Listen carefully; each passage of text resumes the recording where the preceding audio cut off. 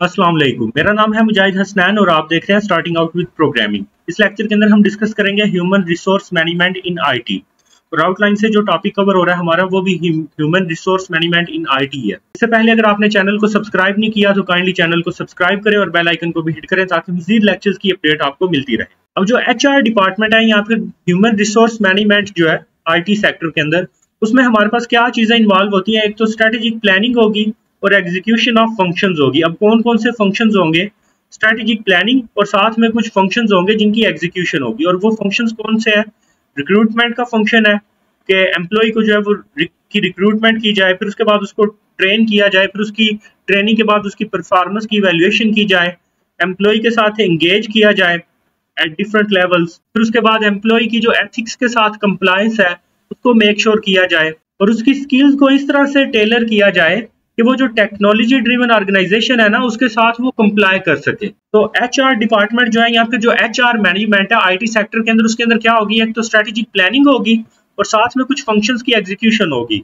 उसमें सबसे पहले क्या है? रिक्रूटमेंट है कि उसको भर्ती करना है, फिर उसके बाद उसको ट्रेनिंग देनी है, फिर उसकी परफॉर्मेंस को इवेल्युएट करना है, देन उसके बाद उसके साथ इंगेज करना है, फिर उसके बाद एथिक्स की उसके साथ कंप्लायंस होगी, स्पेशली जो टेक्नोलॉजी ड्रिवन ऑर्गेनाइजेशंस हैं उनके अंदर। अब एचआर के जितने भी फंक्शंस हैं ना वो सारे इस टेबल के अंदर अगेन एक दफा लिखे हुए हैं, इनको एक दफा आप पढ़ लीजिएगा। फिर उसके बाद है की चैलेंजेस इन एचआरएम कि ह्यूमन रिसोर्स मैनेजमेंट के अंदर कौन से चैलेंजेस आ सकते हैं। टैलेंट स्केर्सिटी, अब जो टैलेंट है ना जो खसूसन प्रोग्रामिंग कोडिंग से रिलेटेड है ये बहुत ज्यादा स्केर्स यानी कम होता है। तो एचआर डिपार्टमेंट को जो है ना वो डिफिकल्टी आ सकती है कि वो फास्ट इवॉल्विंग टेक डोमेन्स के अंदर जो है ना स्किल्ड प्रोफेशनल्स को हायर करे। फिर उसके बाद है एट्रिशन एंड रिमोट वर्क। अब एट्रिशन का मतलब होता है कि कोई भी चीज जो है ना वो ग्रेजुअली जो है ना वो टीयर डाउन हो रही है या कम हो रही है। अमूमन जो टेक इंडस्ट्रीज होती है ना उनके अंदर एम्प्लॉयज जो है वो उनका बहुत ज्यादा जो है ना वो टर्नओवर होता है, वो बहुत ज्यादा उनके अंदर जो है ना एट्रिशन होती है कि वो ऑर्गेनाइजेशन को जल्दी छोड़ देते हैं।